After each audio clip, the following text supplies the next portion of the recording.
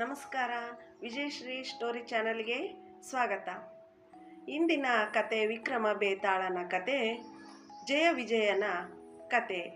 ಯಾರು ಈ ಜಯ ವಿಜಯ ಅಂದರೆ, ಇವರು ಇಬ್ಬರು ಅಣ್ಣ ತಮ್ಮಂದಿರು. ಇವರ ಕಥೆಯನ್ನು ಇವತ್ತು ವಿಕ್ರಮ ಮಹಾರಾಜರಿಗೆ ಬೇತಾಳನು ಹೇಳುತ್ತಾನೆ. ಅವರ ಇಬ್ಬರ ಕತೆ ಯಾವುದು ಎಂದು ಇವತ್ತು ತಿಳಿದುಕೊಳ್ಳೋಣವೇ? ಹಾಗಾದರೆ, ಇಬ್ಬರು ಜಯ ಮತ್ತು ವಿಜಯ ಅಣ್ಣ ತಮ್ಮಂದಿರು ಒಂದು ಊರಿನಲ್ಲಿ ಮಾಡ್ತಾ ಇದ್ದರು.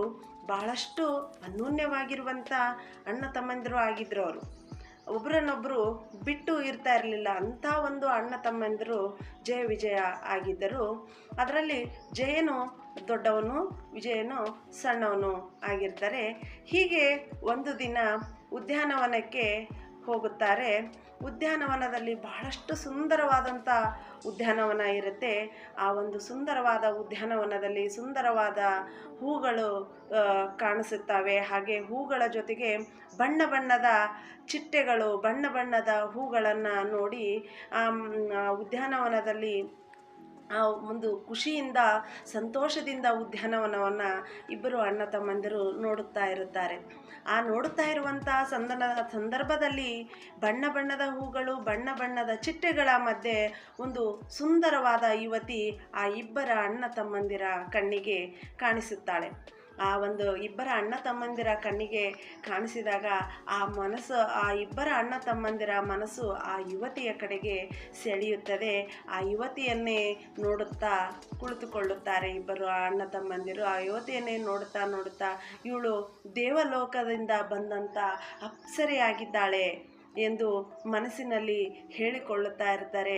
ಮದುವೆಯಾದರೆ ಇವಳನ್ನೇ ಆಗಬೇಕು, ಈ ಒಂದು ಸುಂದರ ಯುವತಿಯನ್ನೇ ಆಗಬೇಕು ಎಂದು ಅವರು ನಿರ್ಧಾರವನ್ನು ಮಾಡುತ್ತಾರೆ ಅಣ್ಣ ತಮ್ಮಂದಿರು. ಅವಳನ್ನೇ ಹಿಂಬಾಲಿಸುತ್ತಾ ಹೋಗುತ್ತಾ ಇರುತ್ತಾರೆ.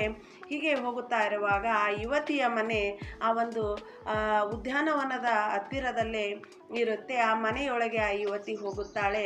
ಆ ಮನೆಯನ್ನೇ ನೋಡುತ್ತಾ ಇಬ್ಬರು ಅಣ್ಣ ತಮ್ಮಂದಿರು ಅಲ್ಲೇ ನಿಂತಿರುತ್ತಾರೆ. ಆಗ ಆ ಮನೆಯಿಂದ ಹೊರಗಡೆ ಒಬ್ಬ ಅಜ್ಜಿ ಬರುತ್ತಾಳೆ. ಆ ಅಜ್ಜಿಯನ್ನು ಕೇಳುತ್ತಾರೆ, ಅಮ್ಮ, ಈ ಮನೆ ಯಾರಿಗೆ ಸೇರಿದ್ದು ಎಂದು ಕೇಳುತ್ತಾರೆ.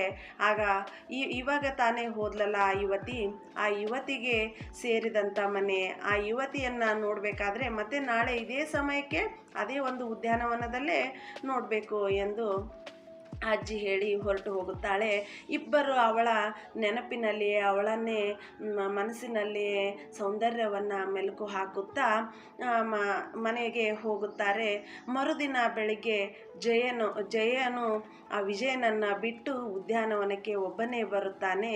ಬಂದು ಆ ಉದ್ಯಾನವನದಲ್ಲಿ ಆ ಯುವತಿಯನ್ನು ನೋಡುತ್ತಾನೆ. ಆ ಯುವತಿಯ ಹತ್ತಿರ ಹೋಗಿ, ನಾನು ನಿನ್ನನ್ನು ಮದುವೆಯಾಗಬೇಕೆಂದುಕೊಂಡಿದ್ದೇನೆ ಎಂದು ಆ ಯುವತಿಯನ್ನು ಕೇಳುತ್ತಾನೆ.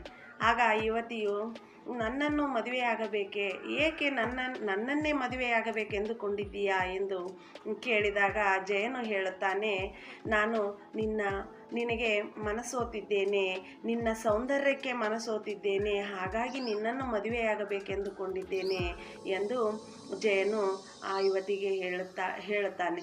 ಆಗ ಯುವತಿಯು ನಗುತ್ತಾ, ನೀನು ನನ್ನ ಸೌಂದರ್ಯಕ್ಕೆ ಮನಸೋತಿದ್ದೀಯಾ? ನಾನು ಮುಖಕ್ಕೆ ಬಣ್ಣ ಹಚ್ಚಿಕೊಂಡಿದ್ದೇನೆ, ಆ ಬಣ್ಣವನ್ನು ತೆಗೆದರೆ ನನ್ನ ಸೌಂದರ್ಯವನ್ನು ನೀನು ನೋಡುತ್ತೀಯಾ ಅಂದು ಹೇಳಿ ಮುಖಕ್ಕೆ ಇರುವಂಥ ಬಣ್ಣವನ್ನು ತೆಗೆದು ತೋರಿಸುತ್ತಾಳೆ. ಆಗ ಜಯನಿಗೆ ಆ ಒಂದು ಯುವತಿ ಇಷ್ಟ ಆಗೋದಿಲ್ಲ, ಸುಮ್ಮನೆ ಮನೆಗೆ ಹೋಗಿಬಿಡುತ್ತಾನೆ. ಅದೇ ರೀತಿ ಮರುದಿನ ವಿಜಯನೂ ಕೂಡ ಅದೇ ಉದ್ಯಾನವನಕ್ಕೆ ಬಂದು ಆ ಯುವತಿಯನ್ನು, ನಿನ್ನನ್ನು ನಾನು ಮದುವೆಯಾಗುತ್ತೇನೆ ಎಂದು ಕೇಳಿದಾಗ ಅದೇ ಪ್ರಶ್ನೆಯನ್ನು, ಅಣ್ಣನಿಗೆ ಕೇಳಿದಂಥ ಪ್ರಶ್ನೆಯನ್ನೇ ತಮ್ಮನಿಗೂ ಕೇಳುತ್ತಾಳೆ. ಏಕೆ ನನ್ನನ್ನು ಮದುವೆಯಾಗಬೇಕೆಂದುಕೊಂಡಿದ್ದೀಯಾ ಅಂದಾಗ, ನಾನು ನಿನಗೆ ಮನಸೋತಿದ್ದೇನೆ, ನಿನ್ನ ಸೌಂದರ್ಯಕ್ಕಲ್ಲ, ನಿನ್ನ ಒಳ್ಳೆಯ ಗುಣಕ್ಕೆ ಮನಸೋತಿದ್ದೇನೆ, ನಿನ್ನ ಒಳ ಮನಸ್ಸಿಗೆ ಮನಸೋತಿದ್ದೇನೆ ಎಂದು ವಿಜಯನು ಹೇಳುತ್ತಾನೆ. ಹಾಗೆ ಅಣ್ಣನಿಗೆ ಹೇಳಿದ ಹಾಗೆ ಆ ಒಂದು ಯುವತಿಯು ಕೂಡ, ನಾನು ಸೌಂದರ್ಯವತಿಯಲ್ಲ, ನನ್ನ ಮುಖಕ್ಕಿರುವಂಥ ಬಣ್ಣವನ್ನು ತೆಗೆದು ತೋರಿಸುತ್ತೇನೆ, ನೋಡಿ ಈ ರೀತಿಯಾಗಿ ನನ್ನ ಮುಖ ಇರುತ್ತೆ ಅಂತೆಂದು ವಿಜಯನಿಗೂ ಕೂಡ ತೋರಿಸುತ್ತಾಳೆ ಆ ಯುವತಿ. ತೋರಿಸಿದ ತಕ್ಷಣ ಆ ವಿಜಯ ವಿಜಯನು, ನೀನು ಹೇಗೆ ಇರು, ನಾನು ನಿನ್ನ ಸೌಂದರ್ಯಕ್ಕೆ ಮನಸೋತಿಲ್ಲ, ನನಗೆ ನನ್ನ ಮನಸ್ಸಿಗೆ ನೀನು ಇಷ್ಟವಾಗಿದ್ದೀಯಾ, ನಿನ್ನ ಒಳ ಮನಸ್ಸನ್ನು ನಾನು ಇಷ್ಟಪಡುತ್ತೇನೆ ಹೊರತು ನಿನ್ನ ಮೇಲಿನ ಒಂದು ಸೌಂದರ್ಯವನ್ನಲ್ಲ ಎಂದು ವಿಜಯನು ಹೇಳುತ್ತಾನೆ. ಇದನ್ನು ಮೆಚ್ಚಿದಂಥ ಆ ಯುವತಿ, ಆಯಿತು ನಾನು ನಿನ್ನನ್ನು ಮದುವೆ ಆಗುತ್ತೇನೆ ಎಂದು ವಿಜಯನನ್ನೇ ಆ ಒಂದು ಯುವತಿಯು ಮದುವೆಯಾಗಿ ಜಯ ವಿಜಯನ ಮನೆಗೆ ಹೋಗುತ್ತಾಳೆ. ಹೀಗೆ ಹೋದ ದಿನದಂದೇ ಜಯ ವಿಜಯನನ್ನು ಕೂಡಿಸಿ, ನಾನು ನಿಜವಾಗಲೂ ಸೌಂದರ್ಯವತಿಯಾಗೇ ಇದ್ದೇನೆ, ನಾನು ನಿಮಗೆ ಆ ರೀತಿಯಾಗಿ ತೋರಿಸಿದ್ದು ನಿಮ್ಮನ್ನು ಪರೀಕ್ಷೆ ಮಾಡೋದಕ್ಕೆ ನಾನು ತೋರಿಸಿದೆ ಹೊರತು ನಾನು ನಿಜವಾಗ್ಲೂ ಕುರೂಪಿಯಲ್ಲ, ನಾನು ಸೌಂದರ್ಯವತಿಯಾಗಿ ಇದ್ದೀನಿ ಅಂತ ಹೇಳಿ ಜಯ ವಿಜಯನಿಗೆ ಹೇಳುತ್ತಾಳೆ. ಆಗ ಜಯನು, ಯಾಕೆ ಈ ರೀತಿಯಾಗಿ ನಮಗೆ ತೋರಿಸಿದೆ, ಈ ರೀತಿಯಾಗಿ ಹೇಳಿಬಿಟ್ಟೆ ನೀನು ಎಂದು ಕೇಳಿದಾಗ, ನಾನು ಇಷ್ಟಪಡುವಂಥ, ನನ್ನನ್ನು ಇಷ್ಟಪಡುವಂಥ ವ್ಯಕ್ತಿ, ನಾನು ಇಷ್ಟಪಡುವಂಥ ವ್ಯಕ್ತಿಯನ್ನು ಮದುವೆಯಾಗಬೇಕಾದರೆ ನನಗೂ ಕೆಲವೊಂದಿಷ್ಟು ಆಸೆಗಳಿದ್ದವು. ಏನು ಆ ಆಸೆ ಅಂದರೆ, ಯಾರು ನನ್ನ ಸೌಂದರ್ಯವನ್ನು ಇಷ್ಟಪಡಬಾರ್ದು, ನನ್ನ ಒಳ ಮನಸ್ಸನ್ನು ಅರ್ಥ ಮಾಡಿಕೊಳ್ಳುವಂಥ ವ್ಯಕ್ತಿ ಇರುತ್ತಾನೋ ಅವನನ್ನೇ ಮದುವೆಯಾಗಬೇಕು ಎನ್ನುವಂಥ ಆಸೆ ಇತ್ತು. ಹಾಗಾಗಿ ನೀನು ನನ್ನ ಸೌಂದರ್ಯ ಇಷ್ಟಪಟ್ಟೆ, ನಿನ್ನ ತಮ್ಮ ನನ್ನ ಒಳ ಮನಸ್ಸನ್ನು ಇಷ್ಟಪಟ್ಟ, ಹಾಗಾಗಿ ನಾನು ನಿಮ್ಮ ತಮ್ಮನನ್ನೇ ಮದುವೆಯಾಗಬೇಕಾಗಿ ಬಂತು ಎಂದು ಹೇಳಿದಳು. ಇರುವ ಸತ್ಯವನ್ನು ಹೇಳಿದಳು. ಇದನ್ನು ಕೇಳಿದಂಥ ಜಯನಿಗೆ ಎಲ್ಲಿಲ್ಲದ ಕೋಪ ಬಂದು ದ್ವೇಷ ಮಾಡೋದಕ್ಕೆ ಪ್ರಾರಂಭ ಮಾಡಿದ. ಹೇಗಾದರೂ ಮಾಡಿ ನಾನು ತಮ್ಮನ ಹೆಂಡತಿಯನ್ನೇ ಪಡೆದುಕೊಳ್ಳಬೇಕು, ನಾನು ಮದುವೆ ಆಗಲೇಬೇಕು ಎಂಬ ಒಂದು ಹಠ ಅವನಲ್ಲಿ ಹುಟ್ಟಿಕೊಂಡಿತು. ಆ ದಿನದಿಂದನೇ ವಿಜಯನನ್ನು ಹೇಗಾದರೂ ಮಾಡಿ ಕೊಂದು ಆ ಯುವತಿಯನ್ನೇ ನಾನು ಮದುವೆ ಆಗಲೇಬೇಕು ಎನ್ನುವಂಥ ಛಲವನ್ನು ಇಟ್ಕೊಂಡು ವಿಜಯನನ್ನು ಕೊಲ್ಲುವುದಕ್ಕೆ ಪ್ರಾರಂಭ ಮಾಡುತ್ತಾನೆ. ಆಗ ಆ ವಿಜಯನಿಗೆ ಆ ಸಂಚು ಹಾಕಿದಾಗ, ಆ ವಿಜಯನಿಗೆ ಹೇಗೋ ಅಣ್ಣ ನನ್ನನ್ನು ಕೊಲ್ಲಬೇಕು ಎಂಬ ಸಂಚು ಹಾಕ್ತಾ ಇದ್ದಾನೆ ಅನ್ನೋದು ಗೊತ್ತಾಗಿ ಅದೇ ದಿನದಂದು ಬಂದು ವಿಜಯನು ಆ ಜಯನನ್ನು ಕೊಂದು ಹಾಕಿಬಿಡುತ್ತಾನೆ.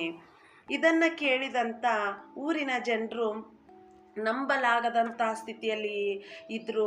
ಅಣ್ಣ ತಮ್ಮಂದಿರು, ಅಷ್ಟು ಅನ್ಯೋನ್ಯವಾಗಿರುವಂಥ ಅಣ್ಣ ತಮ್ಮಂದಿರು ತಮ್ಮನು ಅಣ್ಣನನ್ನು ಹೇಗೆ ಕೊಂದ ಎಂದು ಗೊತ್ತಾಗದೆ ಊರಿನ ರಾಜನ ಹತ್ತಿರ ವಿಜಯನನ್ನು ಕರೆದುಕೊಂಡು ಹೋಗಿ ನಿಲ್ಲಿಸುತ್ತಾರೆ.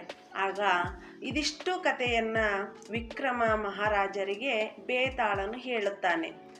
ಆ ಕಥೆಯ ಜೊತೆಗೆ ಪ್ರಶ್ನೆಯನ್ನು ಕೇಳುತ್ತಾನೆ ಬೇತಾಳ. ಏನಪ್ಪ ಪ್ರಶ್ನೆ ಅಂತಂದರೆ, ವಿಕ್ರಮ ಮಹಾರಾಜರೇ, ಈಗ ವಿಜಯನನ್ನು ಕರೆದುಕೊಂಡು ಮಹಾರಾಜರ ಹತ್ತಿರ ಹೋಗಿದ್ದಾರೆ.